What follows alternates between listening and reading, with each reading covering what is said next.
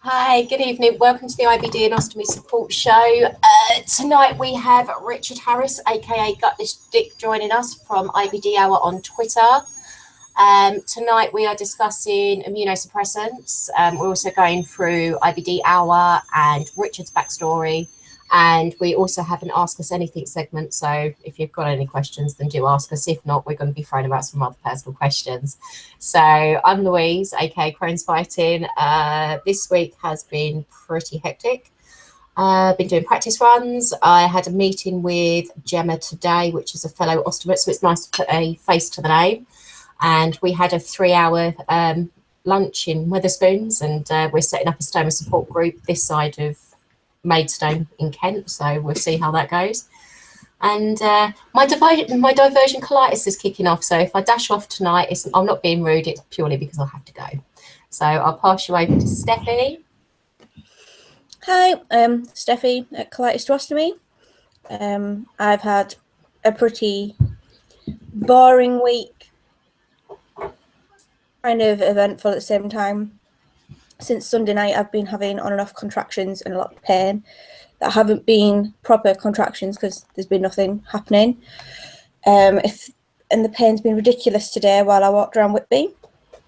I will be going into the hospital tomorrow, but I don't fancy staying in overnight, and that's what they'll do. So that's why I'm here. What else have I done this week? I had a lovely lunch with my friend Claire. And like I said, I've been around Whitby today. I won my daughter 7 toys on the grabbing machines because I'm awesome. And if I have one skill, it is grabbing machines.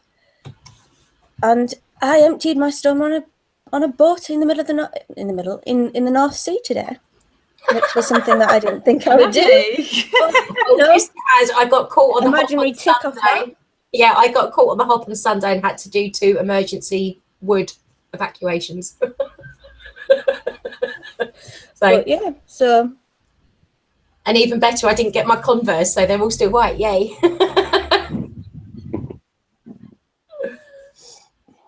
Rachel? I'm sorry I wasn't here last week, but I was in hospital. I got discharged on Saturday, and I've probably been overdoing it. I've been really busy this week. I don't really have a decision, but I've got another operation to sort out my urostomy, my squirt. The urostomy is caused stenosis and back pressure and from the kidney, so I need to have surgery for that. So I've just really been trying to take it easy, but I've been overdoing it because like I normally do. So I'm trying to get back into my blogging. I know I'm going to get back into blogging this week. The doctors have told me I need to slow down, and because the kidney failure is getting worse, so I need to kind of slow it down. So I need to, but I say this, but I never do. I just do what I want to do. But so that's it. It's good to be out. It was hard. I've been in for 3 months to be my longest stay, but the 4 days I struggled to get being in this time. But yeah, so that's me. Thing is, with your blogging, that's a nice relaxing thing because really you can just sit down and do it. You don't have to, you're not running around after anybody, you're just doing it for yourself, and it's cathartic as well. It's really good. Like, it's a good way of, I find it cathartic. So that's my week. Oh, and I'm sorry, I'm eating salad. I've been told off before, but I don't care. I'm going to eat my salad. That's okay. We're going to pass over to Richard. Richard runs a blog called Gutless Dick, which has got some useful information on regarding UC and wound management. So I'll pass you over to Richard, and Richard's going to do his introductions.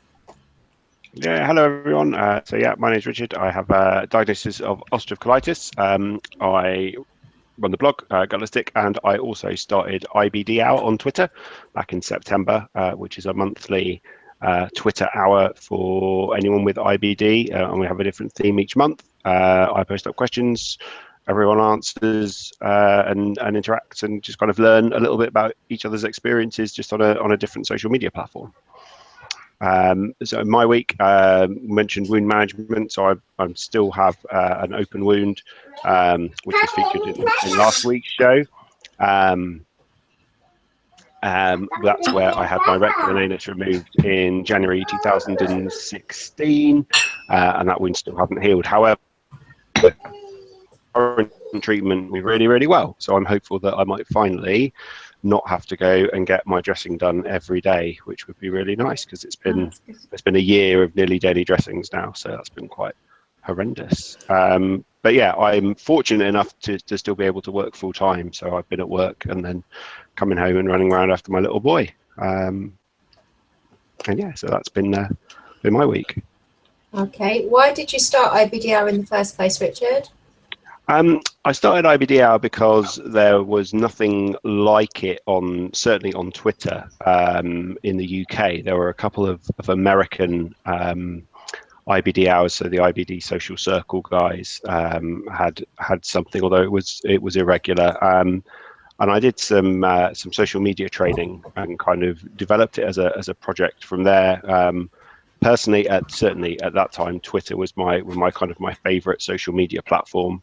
But they're changing all the time, and it's really hard to keep up sometimes.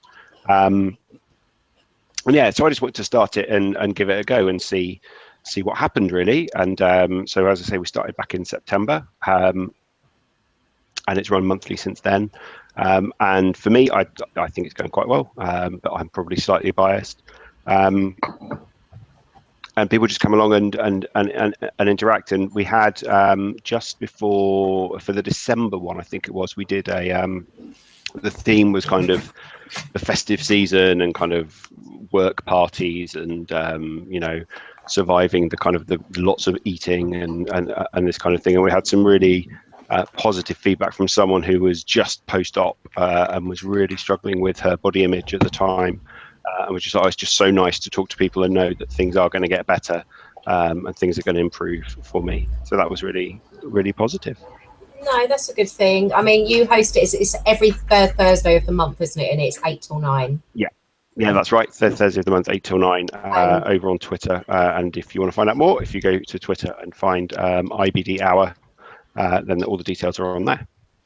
Because you also run it on a format, don't you, where you normally have, is it up to 6 or 7 questions with every Twitter hour that you do? Yeah, so each theme, what I've found is, because I have some bump that goes at the beginning as a kind of an introduction and how it works, and then find that 6 or 7 questions is kind of the limit, really, that you can fit in the hour, because you have to give everyone time to respond. And then people kind of respond to each other as well and kind of go, oh yeah, and I think this, and sometimes you let a little conversation develop. So the timing of when to kind of put the next question out there is kind of one of the trickier elements of it. There are some events like that publish the questions in advance, which I haven't done, but I'm always open to feedback. I do think you should do that, to be honest. That was actually going to be a point I was going to bring up, because I have taken part in one of your IBD hours. Not that I don't want to do it. Half the time I've forgotten and it's already past the time, and I'm like, oh, for God's sakes. I think I joined in like halfway through last time. But I do like the fact that you actually try and take the time to comment back to people, because you commented back to me, which was nice, because not a lot of them do, because I've taken part in a few different ones now. But I do think, especially when you're having Shelley this month, next week, that you should have the questions posted up beforehand, because I got lost in I mean, I know I joined in halfway through, which didn't help, but even ones I've joined in, not with yours, but like with other Twitter chat things, I've got lost so far through, because it's like people retweeting constantly, because you only have 140 characters, and what the hell can you say sometimes in that? But I do like the fact that Twitter is a very different platform for you to do it on.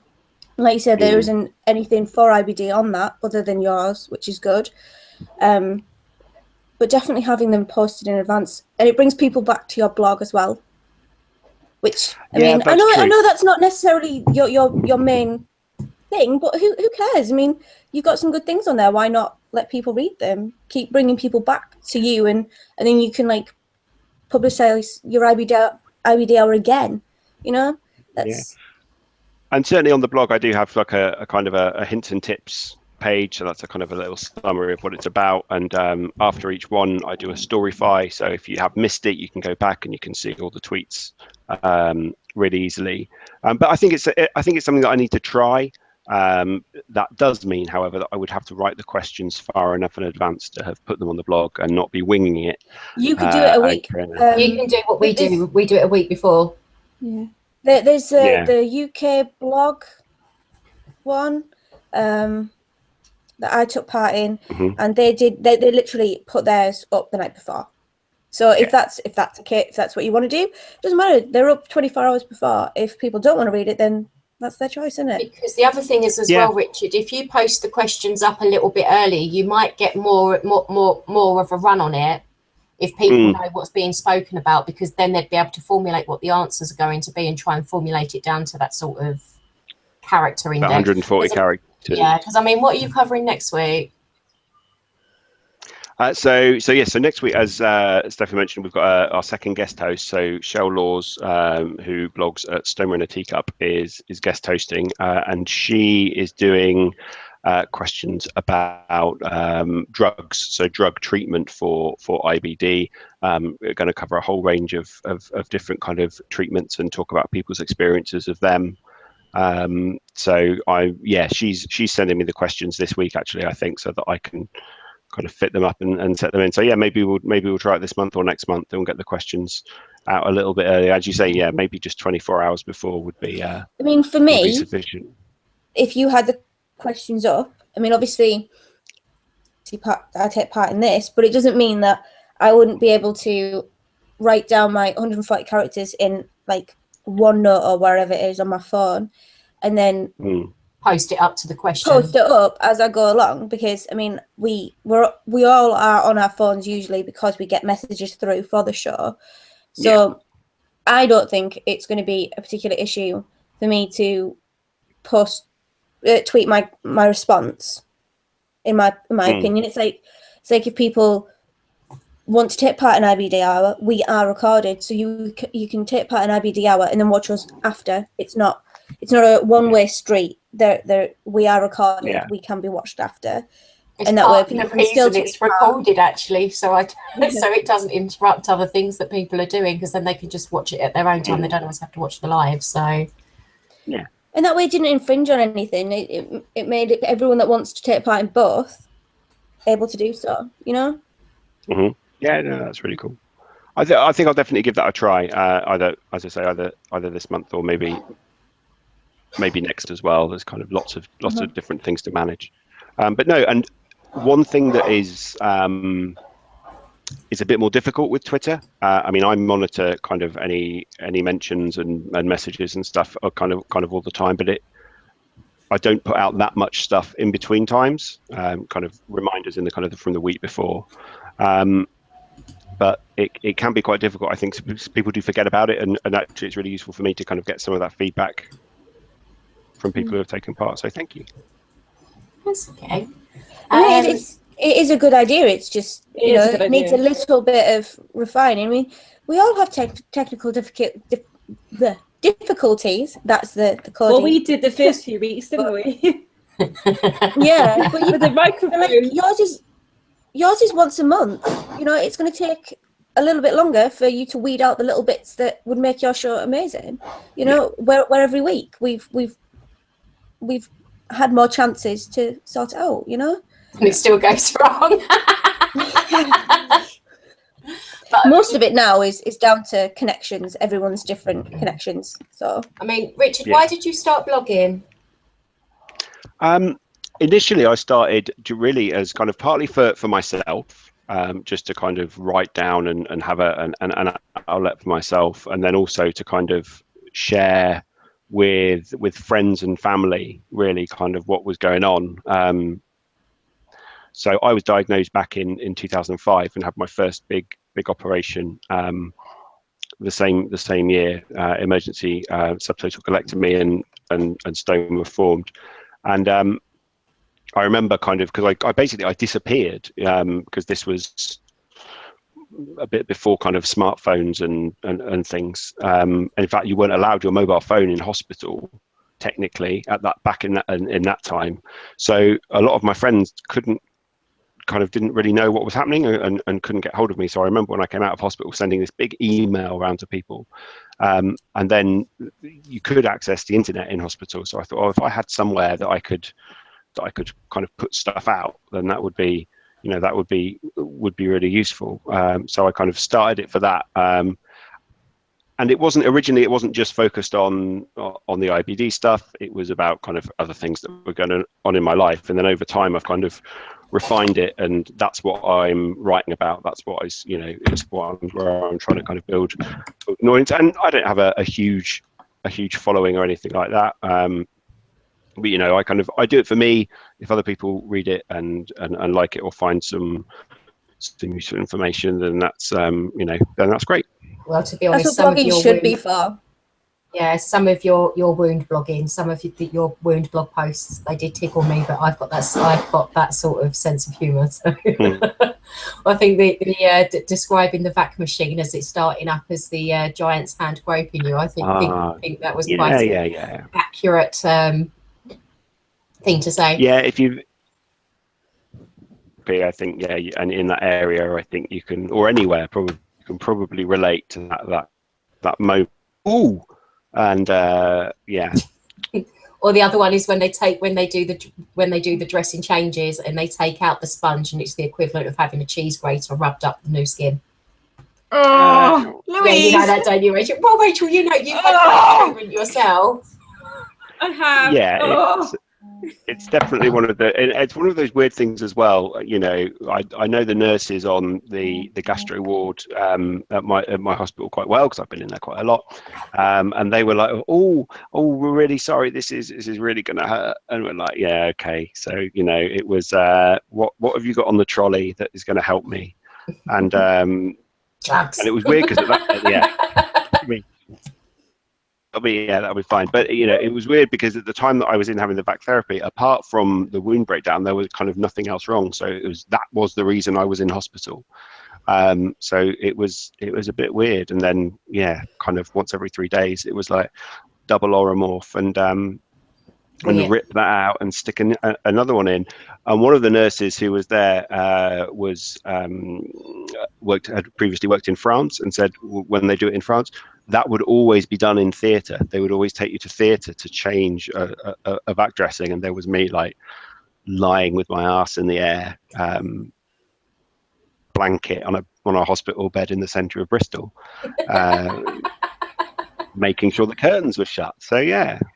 Oh, sorry, I'm laughing. I'm sorry, I can't help it. For those of you viewing, if you've been through this, you can probably understand why we're laughing. Yeah. But I mean, what else are we covering this week? We're covering immunosuppressants this week. I don't know how many of you have tried them, and I know there's a few of us that have been on some sort of immunosuppressant. Now, for those of you who are watching that may have not had them, but you've been diagnosed, what immunosuppressants are these drugs are used to reduce the inflammation, but unlike steroids, where steroids attack the source of inflammation, the steroids attack the source, whereas the immunosuppressants attack your white blood cells in your bloodstream and stop your body from attacking itself. So what they do, by reducing your immune system using immunosuppressants, it therefore reduces your ulcerative colitis or your Crohn's flare-up. That's what they use them for. The majority of the immunosuppressants are extremely good. If you've been over onto the show page this week or onto Twitter or Instagram, we have posted every single immunosuppressant that is used within the IBD group. There's bits and pieces on there. We've had some people come to us with the stories. I mean, I've tried infliximab, but I'm allergic to that now. Rather funny story about that. They started me up on the startup dose. It's fine. Went in for the second dose. Nurses started me up. It's left the panic button up on the wall. Yeah, it's fine. Start doing it. But what they do is they start it quicker the second time. So the first time goes through quite slowly. The second time is quicker. Third time is quicker. And then you're out. So what's happened is, as it started to go through my bloodstream, I started to have anaphylactic shock, which was an allergic reaction. With me, my head went dizzy, and I knew something was going when my throat started closing up. So bless the old dear on the gastro ward that was in the bed next to me. But I think I give the poor woman a heart attack because I stood up off the bed and I went to reach up for the panic button, which was up on the wall. And as I reached, I passed out and I hit my head on the cabinet. And yeah, I got woken up to quite literally them checking my breathing and stabbing me with EpiPens, like the adrenaline to get to stop the reaction. Then they started me on again slower, and the same thing happened again. This time I didn't pass out. And then I said after that, no more. And the antibodies in my blood now for the infliximab are through the roof, so can't have that no more. Methotrexate, I'm intolerant.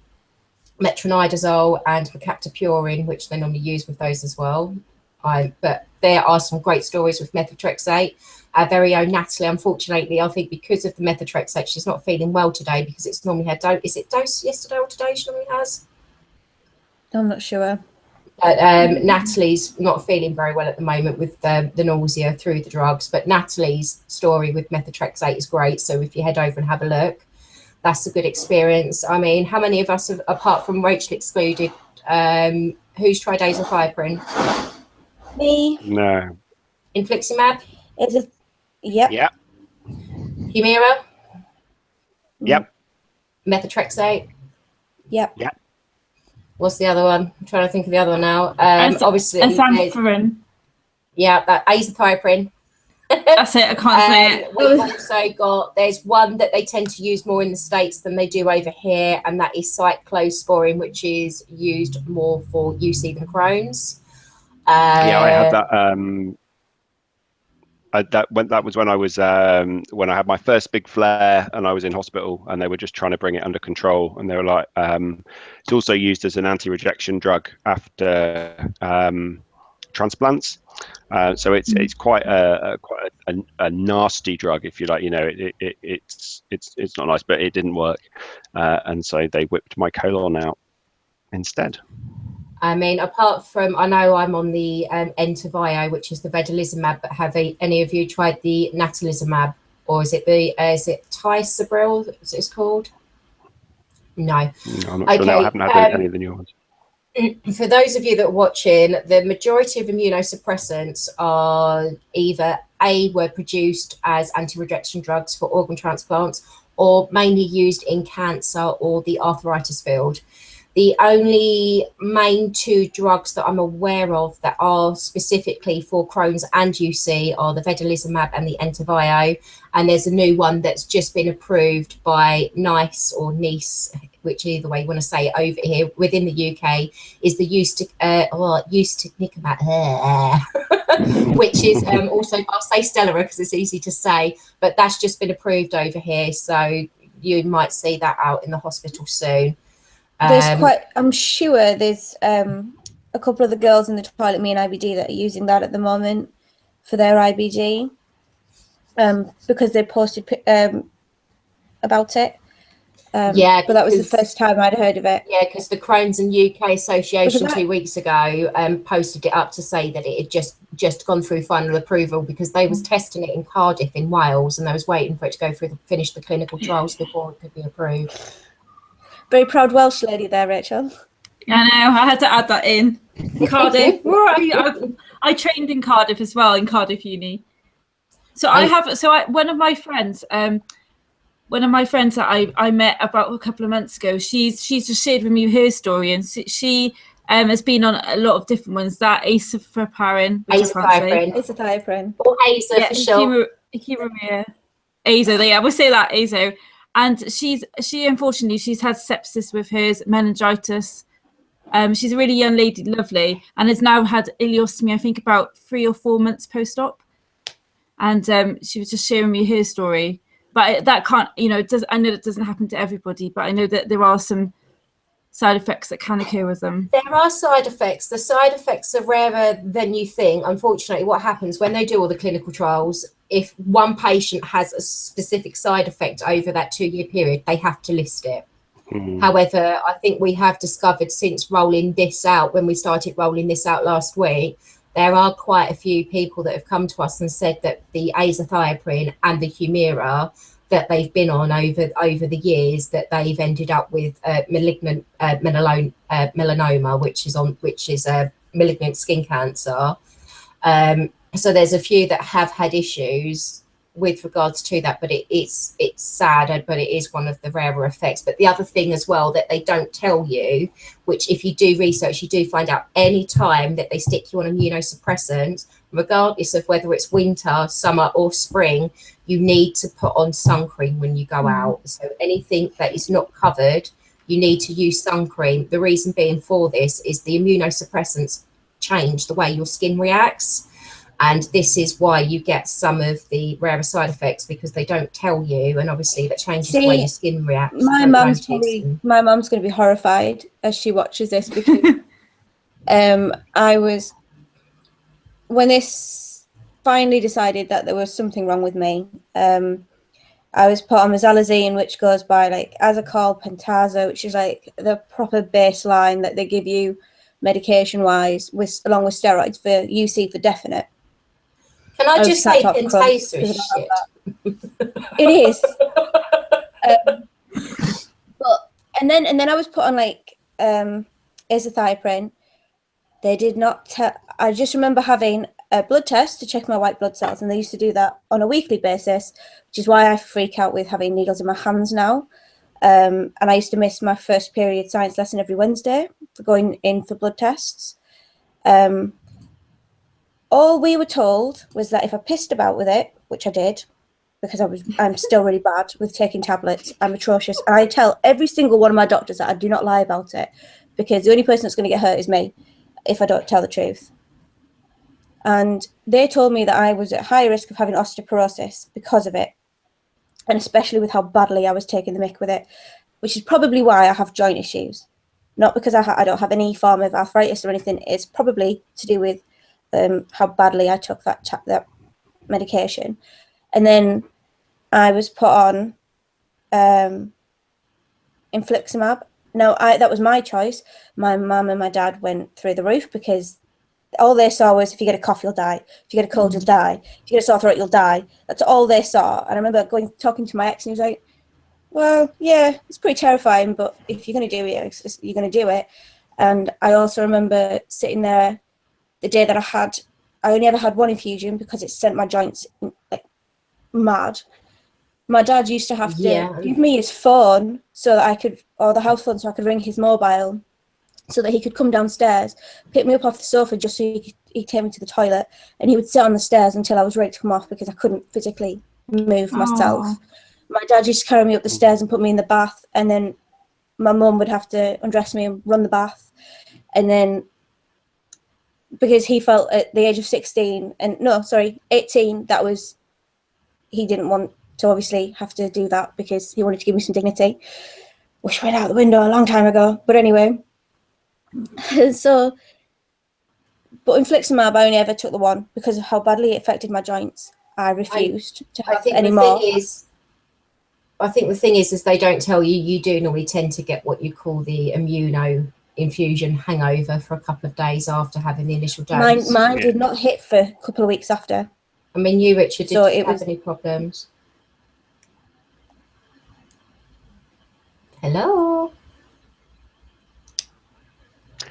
Only with Humira, I kind of like the day after injection. Humira is the one that I time period. I was absolutely almost couldn't get out of bed. So that kind of that Humira hangover that people talk about was really, really draining.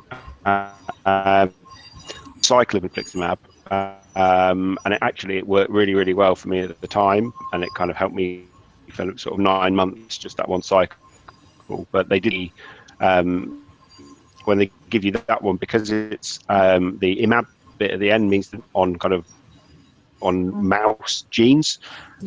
So because they didn't give me anything alongside that, they then couldn't give me any more. So they would usually give something like azathioprine alongside it to try and stop your body developing antibodies and stopping it from working. But they didn't give me that.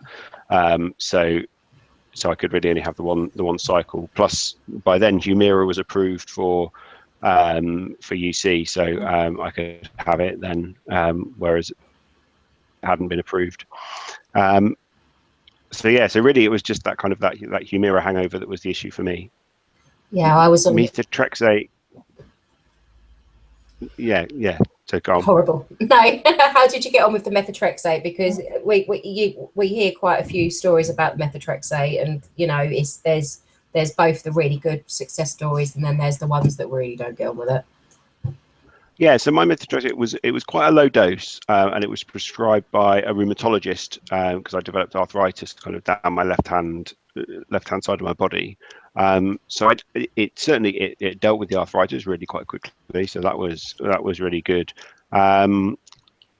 Noticed any particular bad side effects, but I wasn't really on it for that long. I think I started it in. I was probably only on it for about 4 or 5 months, and then because I was then going for surgery, I had to stop it, and then afterwards didn't need to go back on it. So it wasn't a long-term thing for me. But as Steffi was saying, for me, the one with that, because alongside that you have to take folic acid, or I had to take folic acid. So, and that's every day apart from the day you take the methotrexate. So remembering kind of where I was, I went and bought one of those little. Well, I think my wife went and bought one of those little pill organisers. That's it, box. Just to try and keep on track of all of the different tablets on the different days. See, that's something else I wasn't told. I remember sitting with a fake syringe and a bit of sponge that they teach you how to inject yourself, and I panicked and I personally felt like I was being like a druggie or something. I couldn't inject myself. Props to anybody that can inject themselves with drugs that they need, because I physically can't. I remember that my ex's mum actually came and trained so she could do it for me, because I practically spent all my time there anyway. So my day was a Wednesday and nobody told me I had to take anything extra. And she used to do mine. And I remember the one time I couldn't, she was out and I needed it and we didn't know where she was or whatever, because she has a life, I remember sat on the stairs crying, trying not to be sick. And when she walked through the door, I was like, I hate you. She's like, oh, you had to inject yourself then. But I was really bad with that as well. And that was someone else giving me it. But nobody told me I couldn't get pregnant on it. Nobody told me anything at all. That they literally were just like, here's another you can take. And then I tried that for about, I think 6-8 months. And I was like, just give me the J pouch. I'm done. I can't. Just a side warning with some of the immunosuppressants, azathioprine, methotrexate. You can't really fall pregnant whilst you're on it, because it does have adverse effects. I'm trying to think. Infliximab, you're okay through the first trimester, through the second trimester, but they normally stop it on the last. If you're taking Humira, you can take Humira the whole time that you're pregnant. However, the baby can't, once the baby's born, I don't think the baby can have any live vaccinations until they're 6 months old, because that's how long it takes to come out of their system. Please feel free to correct me, but I believe it's between 12 weeks and 24 weeks that they're not allowed to have the live vaccinations, because it could have an adverse reaction. The Golimab, I'm not too sure on, so you would have to ask a consultant. The Infliximab, I believe now, is pretty safe through the entire pregnancy, but I know when I was on it, I had to stop it at my when I come to the end of my first trimester, and that's about it really. You're not really supposed to fall pregnant on methotrexate. The reason being is methotrexate alters things, I think, in your blood, and could possibly alter your insides as well, because of what it's primarily used to treat, which is leukemia. Yeah. For guys, I think it's similar. I think infliximab and methotrexate can both have adverse effects on either on your sperm count or on on the stability, if you like, of your sperm. So I think certainly with methotrexate, you're advised not to impregnate anyone. Procreate. I think it. Sorry. Procreate. Louise is a wuss. You can't say certain words, otherwise she'll just She goes all red. Oh, So when we do a topic about sex, that's going to be fun. Oh, I'm sticking enough slack And, on that day to last me a lifetime. If I can hide the blushing, I will. I can't help it. I'm shy. there's conflicting information out there about Humira and for men and doing that. And my IBD nurse, when I was on it, and we were looking to start a family. That shouldn't make her blush. Now you're fine. With a kind of a fertility specialist, and actually there's, as I said, there's conflicting research out there. So he reassured me that actually with Humira it was fine, but there is still some literature out there that says, oh no. So it's definitely worth checking, because sometimes it can take a long time for the literature certainly in, that comes with the drugs to get updated. So it's worth checking up on the latest research. That's really useful, because obviously we as women can't talk for men. And we obviously a lot of women skim through the stuff that talk about men, because it's like, well, it doesn't affect us. So that's really useful. Thank you for pointing that out. No, that's good to know, because there's just as many men with Crohn's and UCs that are using those drugs. So, shall we do the Ask Me Anything? Because my friend over in America has just sent me a few questions. Oh dear God. Okay, because we have had people's stories going up, haven't we? Yeah, we have had on the show page. Unfortunately, with regards to what we put up, we can only do it if we've had written permission from the person to say that we can put it up. Now, we've had a lot of stories this week, but people haven't been so forthcoming in contacting us back to say, yes, you can post it.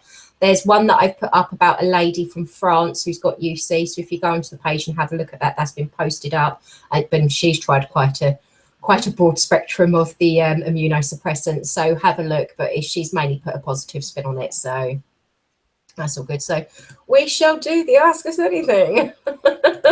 Right. Well, I'm going to start, since I dragged us back that way. Natalie would have only done it anyway. So the first one I've got was, what was your biggest fear once you were told that surgery is your only option?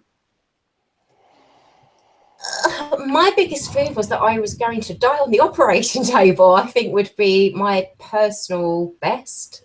Mainly purely because of the amount of time that I'm down on the table for, and I'm not very good with anaesthetic.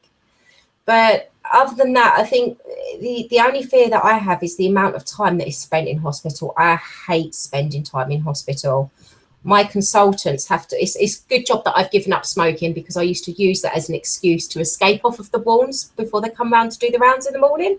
So I used to disappear off the face of the planet. I can't do that no more, because they come and hunt me down, they track me. And after you've had major surgery, getting about when you're like 30, 31, and you're trying to get about and you can't, because you feel like an old person inside. But I would honestly have to say my greatest fear was actually flatlining on the table and not making it through that one this time. Rachel? I can't really answer that one. So why can't you answer that one? Because it was never my only option. I chose to have my surgery. Okay. But so it's not the same. I didn't really have fears with mine. No, I didn't choose my last surgery, and I've got to go in for another one at some point. But that was mainly because I've got bile salt malabsorption, which can't be cured. The medication wasn't working. My Crohn's has gone microscopic, so it doesn't matter what they put me on. I've still got constant diarrhea, and to be honest, since having the surgery, it's helped me no end. Half the pain's gone, apart from the diversion colitis, which has decided to rear its ugly head again in the last couple of days. But yes, I mean, what about you, Richard? What was your fear? So my first surgery, as I said earlier, was an emergency. So I didn't. I mean, to be honest, I was so ill. I didn't really have time for any fears or really even any comprehension. So I think I probably did wonder, kind of similar, really, was like, am I going to die? But that was more about being really ill than being fearful of the surgery itself. And all my subsequent all my other big subsequent surgeries have all been elective as well. So I haven't really had the fears of around those. But why do you guys get elective surgery? I get told I'm having it, no choice. well, my first one was no choice, and have all been, you know, what we've got to do. But you know, J pouch formation, that was a choice. Pouch advancement, that was a choice to try and save the J pouch. Bowel diversion, that I suppose was really like that was my only option, and then I guess the pouch excision as well. But because then I had other symptoms and other things going on, I wanted those, you know, I wanted those to be done. So I didn't have that kind of that fear of the surgery. Plus, you know, I suppose I'm kind of a believer in the fact that these guys know what they're doing, and trust them to knock me out and do their thing and wake me up again. Well, my fear of surgery is kind of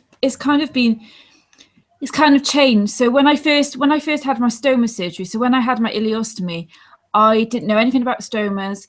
It was more the fear of the unknown, really. All I knew is that I was going to be less pain, and because I was constipated for years, and I had to use a catheter and a peristeam with water and almost like a chronic irrigation every day, and that failed.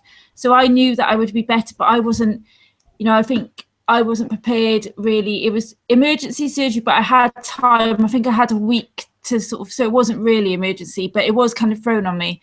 But I think I was less fearful now. The more surgeries I'm actually having, the more fearful I'm getting, which is, I've heard a few people reached out to me, and I think it's quite common, but it's like since that surgery, I think I must have had, now we're looking to like 15, 16 surgeries since 5 years ago. So I'm on a lot, and now this surgery that I've been told that I have to do, you know, it's scary, I think, because the more I'm in hospital, the more complications I get afterwards. So I get C. diff, sepsis, everything we've covered before.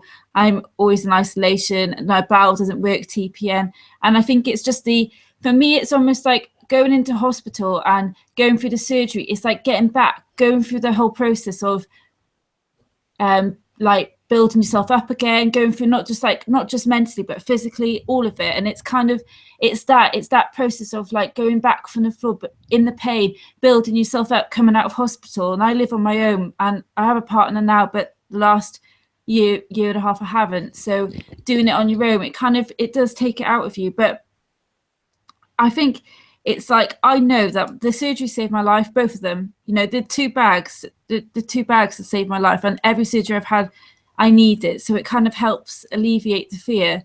But I believe in the universe, and that things will just work out the best way that they will. And I tried to hand it over. Okay. So I'll leave it there. I have only one more question. Yeah. If I can get that one out before, because it's going to make Louise blush. Right. It was, were you afraid to be sexually active after surgery? Because he said he was. He has, can I just point out, this guy has a stoma, his wife doesn't, and they've just had a beautiful baby girl. So congratulations again to you about that. But yeah. Can you say that again, Stephanie? I wasn't. Because I miss you. Were you? Right, that's fine. Sorry, my phone's decided it's going to try and connect to my TV. I don't know why. Were we afraid to be sexually active after the stoma was found? Okay, I won't blush because I can be brutally honest. First time I had the surgery, so when I had the emergency surgery, I was in hospital for 3 months. I didn't do anything for another 6, so that was a total of 9 months. So that was me going the whole way through pregnancy and then having the surgery, and I didn't do anything for 9 months. I think that was just partly because everything I'd been through, and with the open wound as well, and because obviously the person that I was with at the time just wasn't quite as accepting as what my current partner is. I just said, meh, I ain't doing it. And waited until I was ready and I was in the right place in my frame of mind to do that. To be honest, the whole time that I had the stoma, it was pretty few and far between when I was with Maisie's father. Second time round.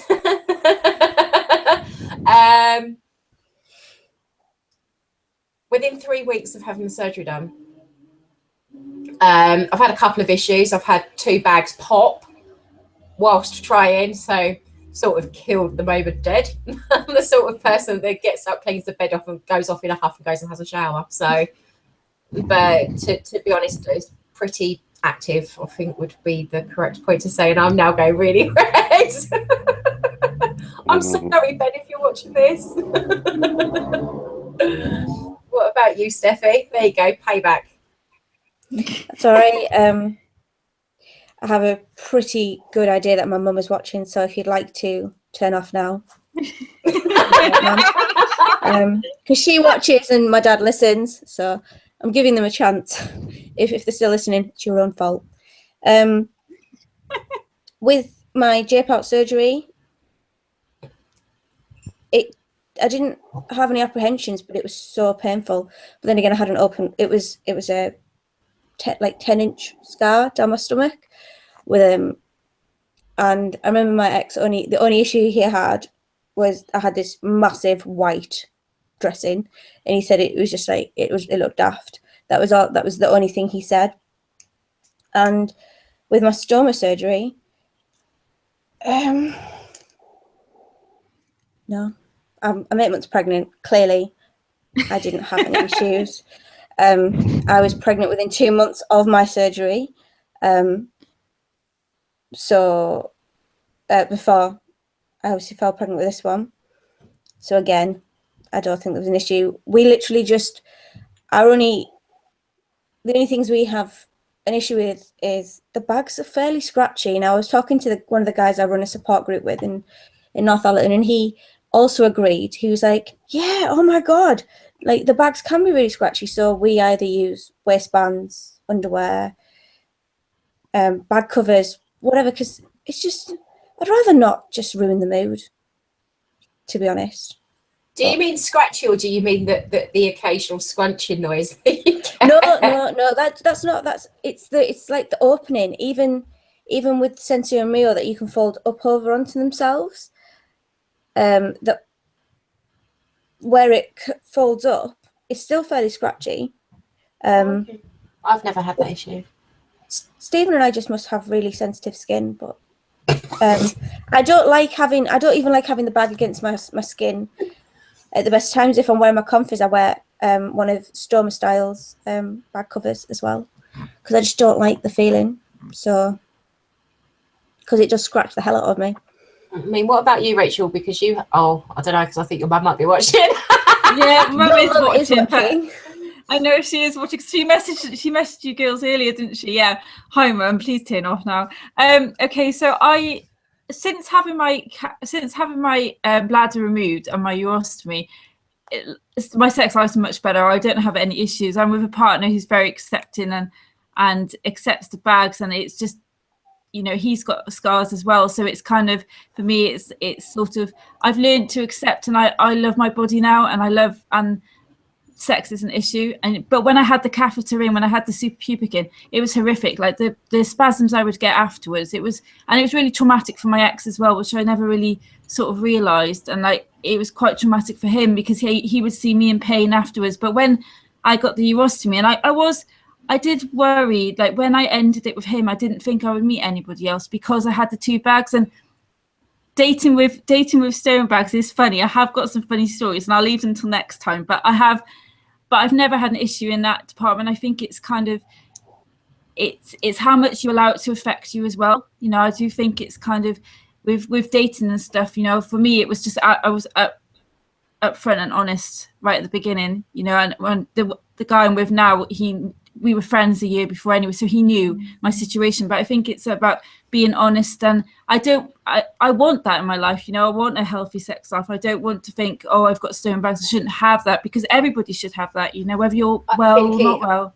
I think the situation in general, though, with apart from like the likes of Jasmine Stacey, who's quite open, and then you've got the Vanilla Blush now as well, with regards to the sort of things that they do and everything else. I think it's quite taboo, the whole sex and having a stoma in general, because people can be ignorant, or people believe that because you've got this that you shouldn't be any more attractive to your partner or anything else. But Jasmine Stacey at the Purple Wings conference last year, when she did a talk on sex and intimacy, said an ostomy is an arsehole filter.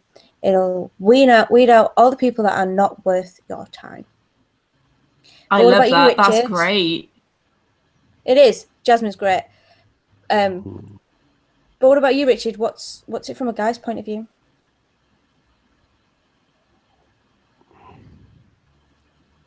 Richard, did you hear me? Did my microphone die? Yeah, I kind of just caught the end of that. So so of surgery in that kind of that deep surgery in particular, then there is always a risk of damage to the nerves that affect your equipment. Oh, because they go in differently on the men, don't they? Because they go in just above your pubic area. Is that right? They do. Yeah. So all of my major surgeries have been kind of full midline incision, full laparotomy rather than keyhole. So there is that risk.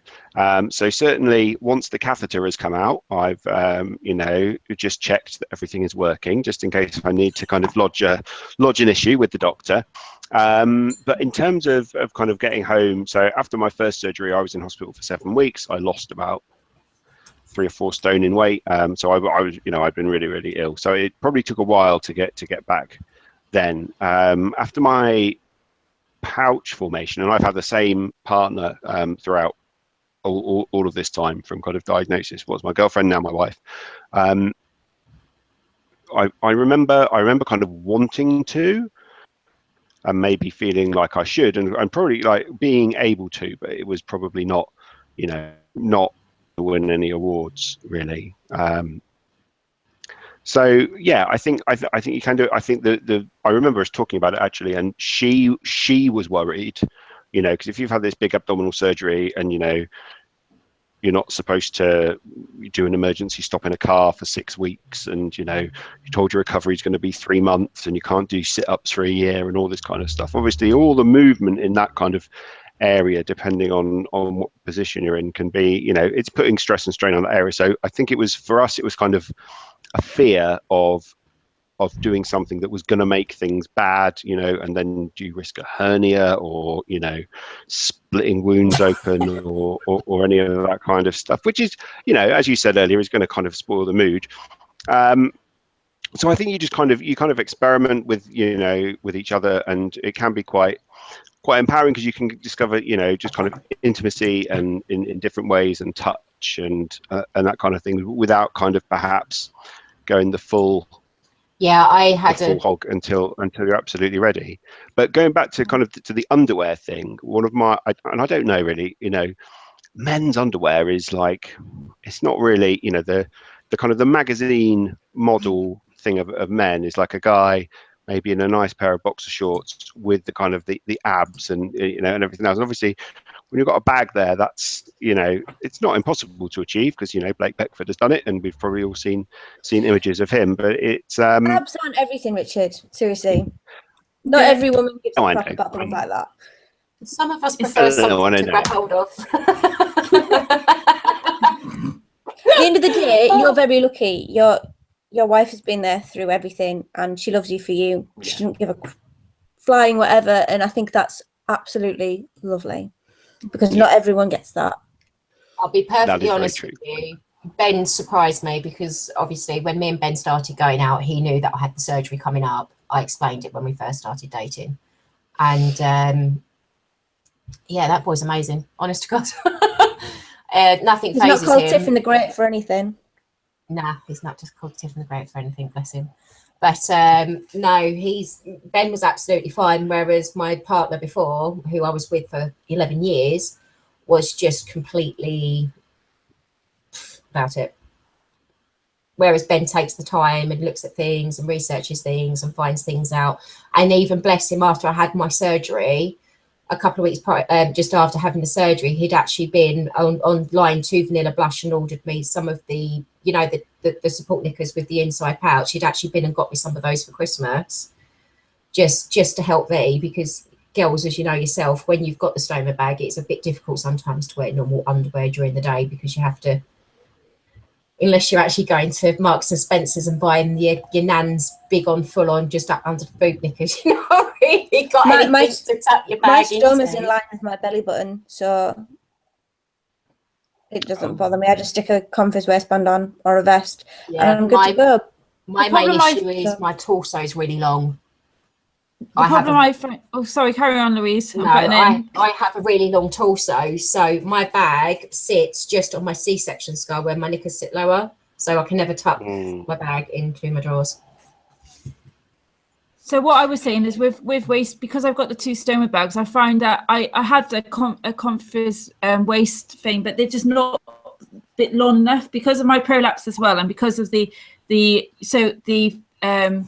urostomy. Like they're not long enough. So my friend actually made some out of lace, and they're beautiful. And I will post some pictures up, and next time I might do a little blog post on them. And it was so easy to do, but I've got like different color ones. So sometimes at the beginning of the relationship with the guy I'm with now, I wore that, but he actually said, "Look, it's no point. You know, I like without them. Like he doesn't have an issue." So sometimes I feel like putting it on, but sometimes I don't. But can I just say, I've just got another question just come through for everybody, and it says, have you had, it's from my friend Megan. She said, has any of you had any experience with central lines like my porta calf? No. I've had a central line in my neck.